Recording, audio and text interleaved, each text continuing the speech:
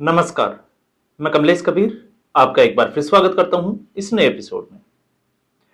आज के इस एपिसोड में हम बात करेंगे उत्तर प्रदेश की, लेकिन उत्तर प्रदेश की राजनीति की हम बात करेंगे संसद के बाहर के एक घटनाक्रम की। कल से आपने देखा ही होगा, एक वीडियो जो है वो लगातार सर्कुलेट हो रहा है, जिसमें मल्लिकार्जुन खड़गे इमरान मसूद को कुछ कहते हुए नजर आते हैं। और वो क्या कह रहे हैं, किसको परेशानी बता रहे हैं, वो आप सबको पता ही चल गया होगा। तो इस वक्त कांग्रेस पार्टी की आप सोचकर देखिए, भारतीय राजनीति में एक अदनी सी पार्टी, एक छोटी सी पार्टी जिसका कुछ वर्चस्व ही नहीं है उत्तर प्रदेश में, उस व्यक्ति से भी कांग्रेस पार्टी डरी हुई है। तो अब आपको अंदाजा लगेगा कि कांग्रेस पार्टी की, या फिर इस वक्त राहुल गांधी कांग्रेस जिस तरीके से राजनीति कर रही है, उसके पीछे की कहानी क्या है। इस वक्त कांग्रेस पार्टी पूरी तरीके से घबराई हुई है, पूरी तरीके से हम कह सकते हैं कि फ्रस्ट्रेशन का शिकार है। और इसका अंदाजा इसी से लगाया जा सकता है कि एक समय में भारत की सबसे पुरानी और सबसे मजबूत पार्टी मानी जाने वाली, सबसे बड़ी पार्टी मानी जाने वाली, एक से बड़े एक जो है वो गद्दावर नेता अगर आप देखोगे तो कांग्रेस पार्टी में थे। उस कांग्रेस पार्टी की स्थिति यह हो गई कि 2027 में उत्तर प्रदेश का चुनाव लड़ने के लिए उसको ना समाजवादी पार्टी, ना जो है वो बहुजन समाजवादी पार्टी, ना ही जो है वो भारतीय जनता पार्टी, आप देखिए कि उसका जो है वो मुकाबला, और वो अपने आप को कंपेयर करके देख रहे हैं असदुद्दीन ओवैसी से। और असदुद्दीन ओवैसी को नजरअंदाज भी नहीं किया जा सकता। इसलिए नहीं किया जा सकता क्योंकि ओवैसी इस वक्त मुस्लिम लीग की तरह लगातार अपना कद जो है वो बढ़ाते जा रहे हैं। असदुद्दीन ओवैसी उत्तर प्रदेश में, हालांकि इससे पहले जो है वो, अगर अखिलेश यादव के समय की बात करोगे तो उस वक्त उनके ऊपर एक तरीके से प्रतिबंध था, वो उत्तर प्रदेश में रैलियां तक नहीं कर सकते थे, घुसने तक नहीं दिया जाता था। लेकिन भारतीय जनता पार्टी के आने के, सरकार के बाद, योगी आदित्यनाथ के बाद में एक तरीके से ओवैसी को छूट मिली। अब ओवैसी की राजनीति को अगर आप इस वक्त देखोगे वर्तमान समय में, तो एक तरफ जहां कांग्रेस पार्टी कमजोर हो रही है, उसी समय पर आप देखो कि ओवैसी का जो कद है वो बढ़ता जा रहा है। बिहार का चुनाव, ओवैसी ने कुछ सीटें मांगी महागठबंधन से, लेकिन वो सीटें नहीं दी गई। ओवैसी 5 सीटों पर जीत कर आ गए, जबकि कांग्रेस पार्टी के पास कितनी सीटें हैं बिहार में? 6 सीटें। तो इस वक्त बिहार में ओवैसी कांग्रेस पार्टी के बराबर बैठा है। इसके बाद अगर हम देखें महाराष्ट्र के निकाय चुनाव, बीएमसी के जो चुनाव हुए, उसी वक्त पूरे महाराष्ट्र में निकाय चुनाव थे, तो कांग्रेस पार्टी का हाल सबने देखा, लेकिन असदुद्दीन ओवैसी ने फिर भी सीटें जीती। तो उससे अंदाजा लगा सकते हैं कि 2027 में इसलिए मल्लिकार्जुन खड़गे तो संसद में एक तरीके से एक राजनीतिक संकट जो राहुल गांधी के ऊपर मंडरा रहा है। राहुल गांधी के ऊपर जब हम बात कर रहे थे कि राहुल गांधी के खिलाफ प्रिविलेज मोशन लेकर आया जाएगा, लेकिन सरकार वो नहीं लेकर आई। क्यों नहीं लेकर आई, हमने उस दिन भी चर्चा की थी, क्योंकि भारतीय जनता पार्टी की सरकार सिर्फ और सिर्फ राहुल गांधी को राजनीतिक हथकंडे के तहत इस्तेमाल करती है। क्योंकि भारतीय जनता पार्टी को लगता है जब तक राहुल गांधी के हाथों में कांग्रेस पार्टी की कमान है, तब तक राहुल गांधी इसी तरीके से कांग्रेस पार्टी के कब्र खोदते रहेंगे, इसमें कोई बुराई नहीं है। तो ऐसी स्थिति में राहुल गांधी सूट करते हैं। तो भले ही लोकतंत्र की हत्या हो, अराजकता फैले, गुंडागर्दी फैले, या फिर सदन की जो मर्यादा है वो तार तार हो जाए, बावजूद इसके भारतीय जनता पार्टी सरकार इस तरीके का मोशन लाने में नाकामयाब हुई। लेकिन दूसरी तरफ निशिकांत दुबे सब्सटेंटिव जो है वो मोशन ले आए।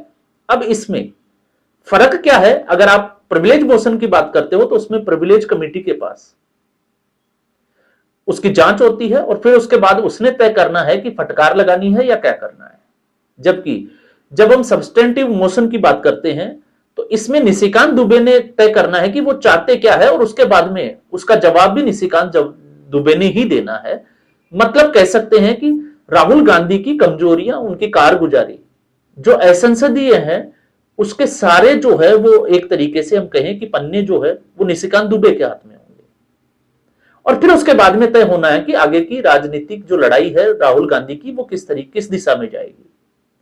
तो इससे पहले इंदिरा गांधी के बारे में भी अब तो आपने देखा होगा 1978 में जब जनता पार्टी की सरकार थी और इंदिरा गांधी रायबरेली से हारकर चिकमंगलूर से चुनाव लड़कर बाई इलेक्शन में जो है वो चुनाव लड़कर संसद पहुंची थी, तो उनके खिलाफ भी जो है वो इस तरीके का मोशन आया था और उनको अपनी सांसदी जो है वो गंवानी पड़ी थी।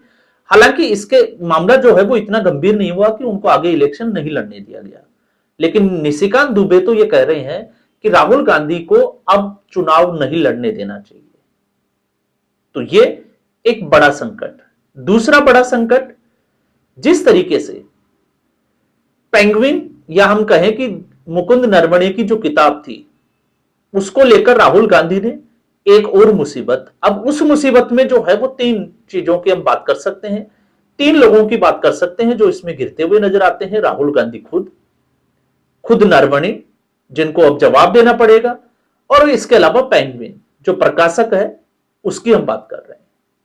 लेकिन इसी बीच एक घटनाक्रम जिसके वीडियो ने जो है वो पहले ही बनाया था कर्नाटक को लेकर, तो कांग्रेस पार्टी कितना ही हल्ला कर ले, कांग्रेस पार्टी कहां पर कमजोर है और कहां क्या चल रहा है उसको वो दबा भी नहीं सकती। तो डीके शिव कुमार और डीके सुरेश इस वक्त दिल्ली में पैर जमाए हुए हैं अंगद की तरह, और लगता है कि इस बार फैसला लेकर ही जाएंगे। कांग्रेस पार्टी हाईकमान ने तय करना है कि कर्नाटक सरकार बचानी है या उसको हाथ से जाने देना है, क्योंकि स्थिति कर्नाटक में यह है कि या तो कर्नाटक में राजस्थान होगा, और राजस्थान होगा तो अगली बार कांग्रेस पार्टी की सरकार नहीं बनेगी।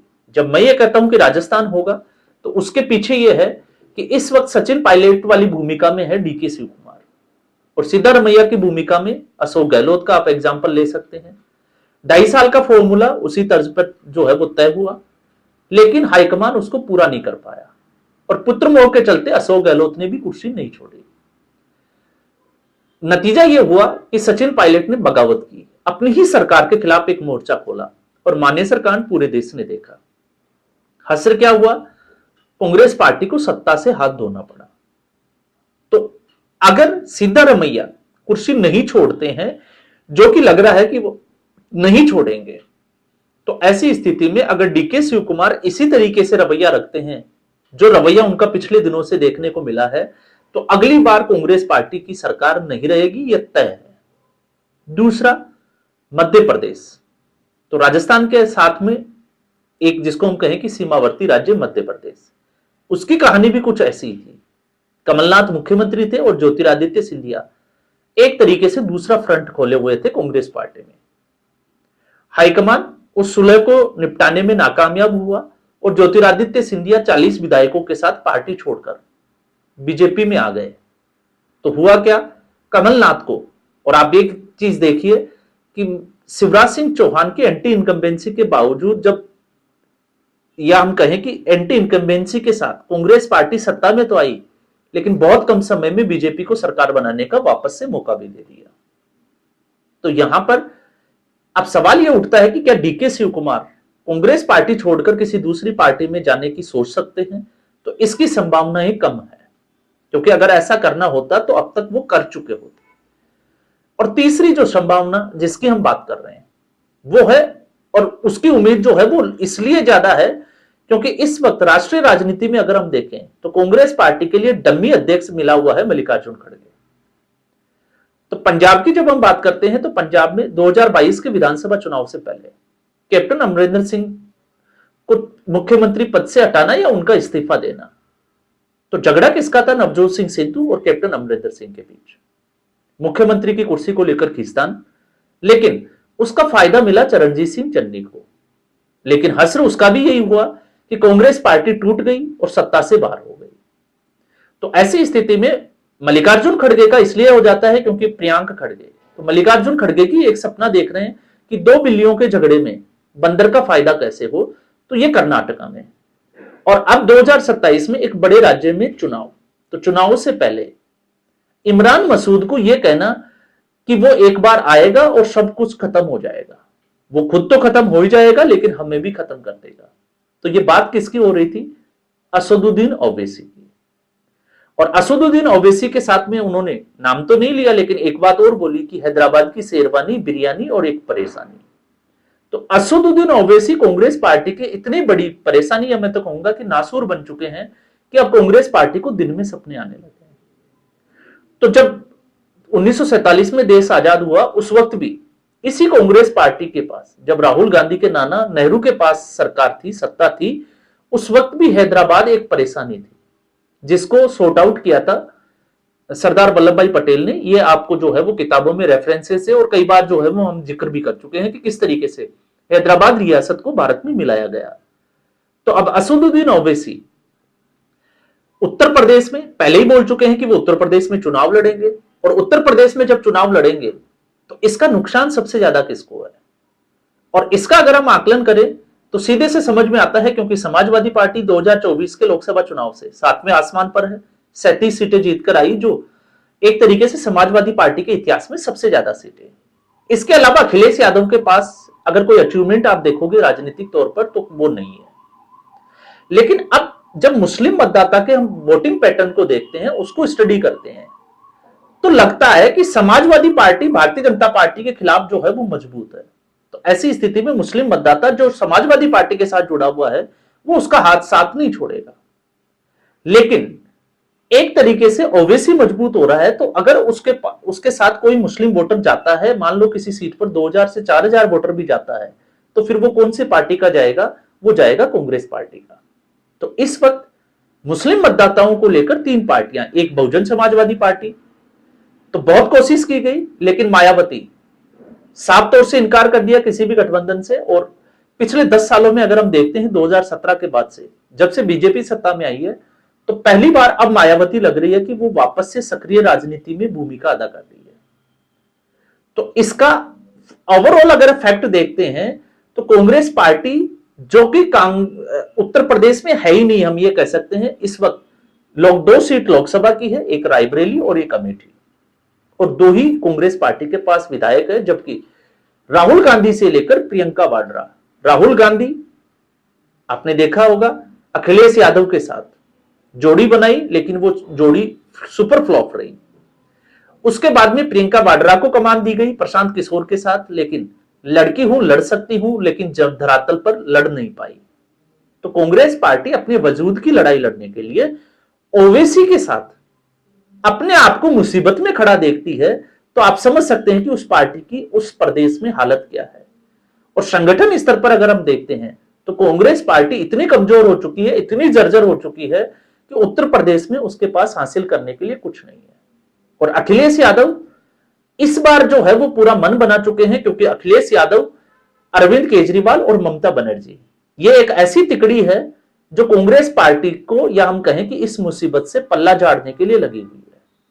हालांकि हो सकता है कांग्रेस पार्टी ओवैसी के आने से कमजोर हो और समाजवादी पार्टी ओवैसी के साथ चले जाए, क्योंकि राजनीति में कुछ भी संभव है। लेकिन इस वक्त जो कांग्रेस पार्टी है वो ना 3 में है ना 13 में है। इसलिए चाहे सदन के अंदर, संसद के अंदर हो या सदन के बाहर हो, कांग्रेस पार्टी के किसी भी बड़े नेता से आप उनके चेहरे से जो है उनकी परेशानी को पढ़ सकते हैं। तो आज के एपिसोड में बस इतना ही। उम्मीद करूंगा वीडियो एपिसोड आपको पसंद आया होगा। वीडियो को लाइक करें, शेयर करें, चैनल जरूर सब्सक्राइब करें। धन्यवाद।